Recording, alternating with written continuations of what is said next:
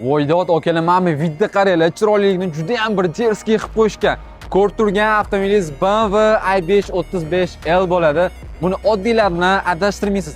Nimagaki avtomobilingizga полностью кругловой M obveslari taqilgan. Yetmaganiga M paket полностью kuzovimizni bronli plyonka bilan qoplangan. Chet o'zida bitta like qizartirib bizga obuna bo'lib qo'ying. Bo'lmasam shunaqa avtomobillarni zo'rni qo'ldan chiqarib olishingiz mumkin. Avtomobilimiz 2024-yilda ishlab chiqarilgan va shu kungacha bor yo'g'i 7000 km yurgan ekan. Aka, nima degan gap bu? 7000 hali ham avtomobil yangi deb bo'lib turibdi. Pirelli P0 shinlarda ham qarang, M logotiplari, Dutch Pulson, beskcho'y dostуп.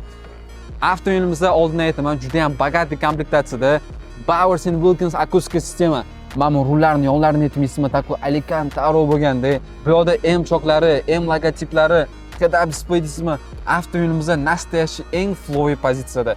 Undan zo'ri bori orqada akam. Просто bitta salonni ichiga baho bering.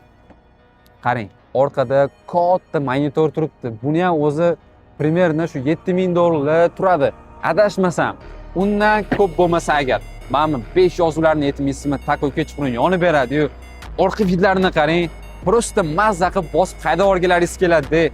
M5 yozuvlarigacha qilib qo'yishibdi. Gap yo'q. Avtomobilimizda jerskiy bo'lib turibdi.